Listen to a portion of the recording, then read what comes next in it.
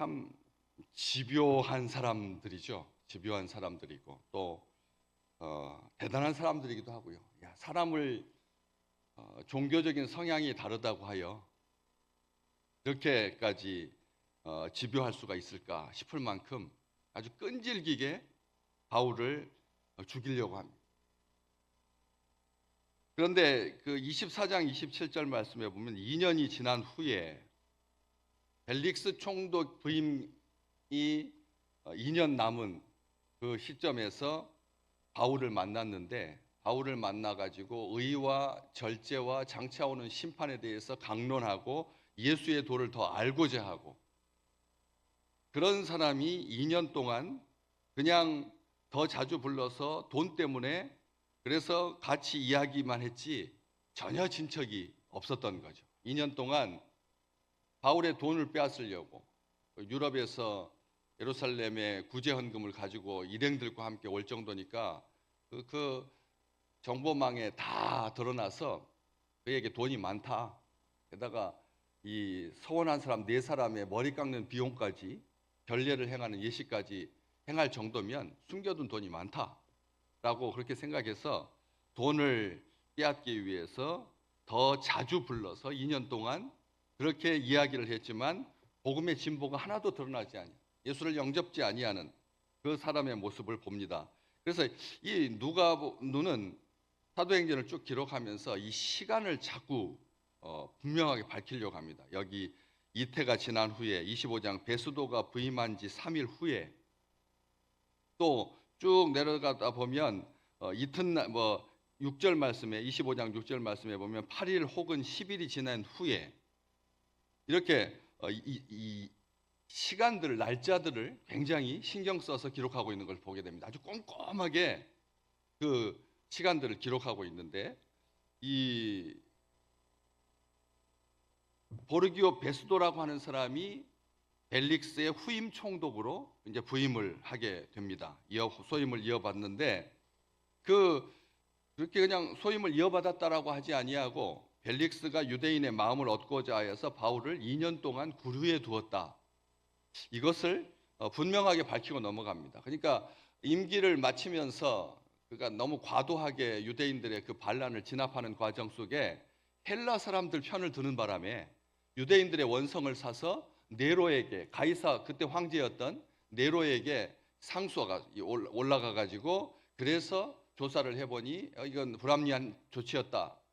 이 유대인들이 사는 지역에서 유대인들의 더 호의적이고 그래야지 이 헬라 사람들 편을 들면 그 이방에서, 외부에서 온 사람들에 의해서 그 지역이 분란이 일고 소동이 나게 되는 것 뻔한 일인데 왜 이렇게 구분 판결을 해가지고 그래서 안 되겠다, 소환당하는 그 마지막 2년 마지막 그 끝의 모습이 별로 그렇게 선한 모습을 보이지 않은 상태에서 이 벨릭스가 유대인의 마음을 얻고자 했다는 거죠. 자기가 헬라 사람들한테 편을 들어주면서 또 한쪽으로는 유대인들의 마음을 얻고자 하는 마음이 있어가지고 바울을 딱 잡아두면 이 한 사람 때문에 서운하게 했던 것들을 상쇄시킬 수 있을 거다라고 생각해가지고 이렇게 끝까지 재판을 지연시킨, 어제도 말씀 나눴지만 지연된 정의는 정의가 아닌데 그렇게 바울을 구류하여 두었다. 24장을 그렇게 마무리를 하면서 25장으로 넘어가는데 바로 그 베스도 이야기가 나옵니다. 이 사람은 이 임기 중에 사망합니다. 4년 뒤에 죽거든요. 어떤 지병이었는지 모르지만 갑자기 세상을 떠나는 바람에 그렇게 기록이 많이 남지 않습니다. 이 전임 총독이었던 벨릭스는 그래도 시간이 사마리아에서 군사령관으로 있었던 것까지 다 포함해가지고 한 10년 넘게 이 유대 지역에 있었기 때문에, 그래서 그에 대한 기록이 비록 노예의 근성을 가졌지만 황제의 권위를 가지고 아주 잔인하고 교활하고 그리고 아주 음란한 사람이었다. 그 사람에 대한 평가가 역사적으로도 그렇게 있지만 이 후임 베스도는 짧은 총독 임기 때문에 그렇게 많은 그런 기록이 남아있지 않습니다. 그냥 요세푸스의 기록에 의하면 전임이나 후임에 비해서 조금 더 유능한 사람으로. 그게 좀 웃기는 표현이죠. 워낙 전임자가 아주 나쁜 사람이었기 때문에 기본만 해도 되는 사람. 기본만 했는데도 4년 동안 그 임기 중에 있으면서 그래서 그냥 아주 효율적으로 일했던 성실한, 유능한, 선량한 전임자에 비해서 후임자에 비해서 이런 평가를 받는다라고 하는 것은 좀 부끄러운 일인 거죠. 그러니까 이 세상 살아가면서 다른 사람하고 이렇게 비교하지 마시라는 겁니다. 다른 가정하고 비교하지 말라는 거예요.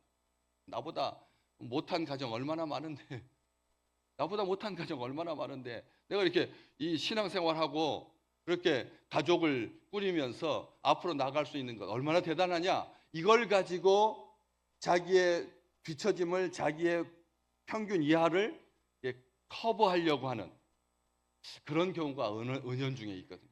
그래 이래도 그래도 믿지 않는 사람보다는 내가 낫지 라고 하면서 그렇게 스스로를 평가하는. 다른 사람 봐라. 영화 보면은 막 가슴이 막 찢어질 것 같은 아픔들이 있는. 우리 어렸을 때 술 취한 난봉꾼 그 아버지에 의해서 그냥 어머니가 맨날 맞아가지고 눈이 부어가지고 있고 그러면서 왜 살지? 라고 하는. 내가 이제 조금만 더 크면 그래가지고 중학교 2학년만 돼가지고 덩치가 있으면 아버지의 손을 딱 막으려고 하는 그런 것들을 하도 많이 접하다 보니까 우리가 이렇게 사는 것은 굉장히 신사적이고 이렇게 행하는 것은 굉장히 의로운 것처럼 그렇게 스스로를 자위하지 말라는 거죠. 이 사람 그랬습니다. 관할 지역의 치안을 위해서 굉장히 애썼고 그리고 높은 책임감을 가지고 있었고 뇌물을 거절하고 공의를 집행하려고 했던 능률적으로 일했던 유능한 전임에 비해서 전임이 워낙 실정을 했기 때문에 부임 초기에 약간 고전은 했지만 주민들을 약탈하고 살해했던 그 폭도의 무리들을 진압하는 그런 것을 보여주면서 통치적 안정을 이루었던 때가 이 베스도 총독 바로 기간이었습니다. 그렇지만 25장 9절쯤 보시면 다음 장으로 넘어가셔서 베스도도 똑같이 전임 벨릭스처럼 유대인의 마음을 얻고자 했다. 어쩌면 이렇게 한결같이 27절도 마무리해가면서 자기가 좀 위험해지니까 이제 헬라 사람들 편들어주는 바람에 좀 그 유지들에 의해서 조금 원성이 높아지니까 마무리를 그래도 잘해야 되겠다 싶어가지고 유대인들의 마음을 얻고자 했던 그 벨릭스하고 똑같이 베스도도 25장 9절 말씀에 유대인의 마음을 얻고자 했다. 사람들의 마음을 얻는다라고 하는 것이 우리가 생각할 때 이 침략국의 총독이면 최고의 권자잖아요. 최고의 그 직책인데 정말 마음대로 해도 될 것 같은데 사람들의 눈치를 보는, 사람의 눈치를 본다는 거예요. 특히 가이사에게 재판을 바울이 원하니까 그래서 로마까지 이렇게 인계하려고 하는 이런 것들을 보면서 이 사람이 들을 줄 아는 사람이고 생각이 좀 깊고 또 지배를 당하고 있는 식민지 국가의 백성들의 그런 생각을 존중하려고 하는 그런 모습도 보입니다. 특별하게 높이 평가받는 것은 2년 동안 지연된 재판을 보름 만에 해결하거든요. 바울의 가이사에게 이제 항소하도록 가이사에게 가도록 재판받도록 그렇게 보름 만에 해결합니다. 2년 동안 지연될 하등의 이유가 없다는 거죠. 지금 이 나라가 왜 이렇게 소란스러울까요? 재판의 지연입니다. 누구 편이든 여당이든 야당이든 재판의 지연 때문에 사람들이 그걸 빨리빨리 좀 진행해라. 어제도 말씀했지만 이거 국민의 권리인데 신속하게 재판받을 권리는 국민들의 권리인데 이것을 마치 특권인 양 해가지고 자기 유리한 시점에서 재판을 받겠다 하면 되겠느냐? 검찰 출신 대통령이 그랬어도 되겠느냐? 야당의 지도자가 그래서 되겠느냐? 하면서 국민들이 지금 나서서 지금 빨리 재판해라. 안 된다 맞고 지금 그런 상황 속에서 나라가 국론이 아주 심각하게 왜곡되고 있고, 그것을 은근히 옆에서 지켜보고 있는 강대국들이 안 입곱게 보는 거죠. 정말 홍할 만한 나라에서 경제력, 돈만, 진짜로 트럼프 대통령이 말한 것처럼 머니머신, 돈 버는 기계에 불과한, 인격도 없고 판단도 없고 그냥 돈만 잘 버는 그런 평가를 받으면서 비아냥되고 있는 이것을 볼 때 이 베스도가 얼마나 판단력이 탁월하고 행정 처리 능력이 뛰어난지, 2년 동안 지연된 그 재판을 돈 벌려고 계속 구려하여 둔, 유대인의 마음을 사려고 했던 전임자하고는 다르게 얼마나 부지런한지, 오늘 25장 1절 베스도가 부임한 지 3일 후에 첫날 부임해가지고, 로마에서부터 부임온 겁니다. 한 달 거리입니다. 한 달. 로마에서 이 유대 지역 총독으로 부임하려면 지중해를 건너와야 돼요. 대륙으로 오면 더더욱 더디고, 이 지중해를 건너와야 되는 그 어마어마한 여정, 한 달이 넘게 걸리는 그 여독이 얼마나 심하겠습니까? 그러면 적어도 한 달 걸렸으면 사흘 정도는 쉬어야 됩니다. 그런데 부임하고 와서 하루 쉬고, 그 다음에 다음 날 재판받는, 다음 날 예루살렘으로 올라갑니다. 가이사랴에 부임했다가 예루살렘으로, 가이사랴에서 예루살렘이 그냥 쭉 건너뛰는 다리가 아닙니다. 130km가 넘는 거리인데, 130km가 넘는 거리입니다. 분말을 타고 달린다고 해도 쉽지 않은 길인데 얼마나 부지런한지요. 하루씩, 사흘째 되는 날, 아주 유대인의 표현이 이 사흘이라고 하는 이 날짜의 개념이 가지고 있는 이 놀라운 그런 의미들이 있지 않습니까? 유대인들에게 사흘이라고 하는, 사흘 만에 올라왔다라고 하면 유대인들의 마음이 어떻겠습니까? 자기 관할 지역을 하루라도 빨리 파악하고 업무에 신속하게 하려고, 전임자와 후임자의 이임하고 부임하는 과정 속에서 일주일을 겹치지 아니하고, 얼마나 성실한 사람입니다. 유대인들에게도 사흘 만에 예루살렘으로 딱 올라오니까 가이사랴에 있어도 되거든요. 사흘 동안, 닷새 동안 머물러 있어도 아무도 뭘 할 사람이 없습니다. 그런데 아주 칼같이, 아주 정확하게 그렇게 부임해서 실태를 파악하려고, 그래서 유지들과의 친밀한 관계를 여는 것이 급선무라고 생각해가지고, 그런 속에 2절 말씀에 대제사장들과 유대인 중 높은 사람들이 바울을 고소했다는 거예요. 정말 얼마나 사악한 부임 초기에 약간 실태를 파악하기도 전에 고바해 이송을 요구합니다. 가이사랴에 있는 바울을 예루살렘으로 끌어올려라. 사내들이니 거기서 다시 재판을 하겠다. 이송을 요구합니다. 그러면서 3절 말씀에 보면 매복해 있다가 죽이려고 했다. 참 놀라운 일입니다. 우리가 생각해 봐야 됩니다. 바울이 그렇게 오랜 투옥 기간 동안 2년 동안 구류되어 있었으면 그 악의적인 증오심이 누그러질 만도 한데, 그렇지 않겠습니까? 2년이 지났으면 우리 한국 사람 너무 좋습니다. 너무나 아름다운 사람들입니다. 왜? 한 달이면 잊으니까. 한 달이면 잊으니까. 우리나라 사람들은 그렇게 길게 뒤끝이 장렬하는 사람들이 아니니까. 잘 있는 백성, 이것은 복된 백성인 겁니다. 우리 하나님 닮은 성품인 겁니다. 악을 잊어서는 안 되겠지만 분노에 대해서 잊을 수 있다라고 하는 것, 이것은 좋은 일입니다. 아름다운 백성의 성향입니다. 하나님께서 주신 성품입니다.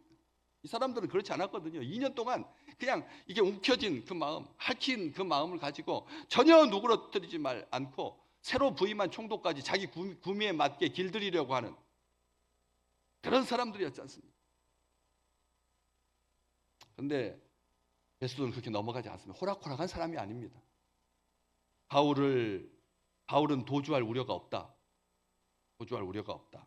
곧 가이사에게 상소해가지고 재판받기 위해서 갈 테니까 굳이 다시 예루살렘까지 와서 그렇게 떠날 필요는 없다. 아주 합리적이고, 그래서 번잡하지 않게 하자.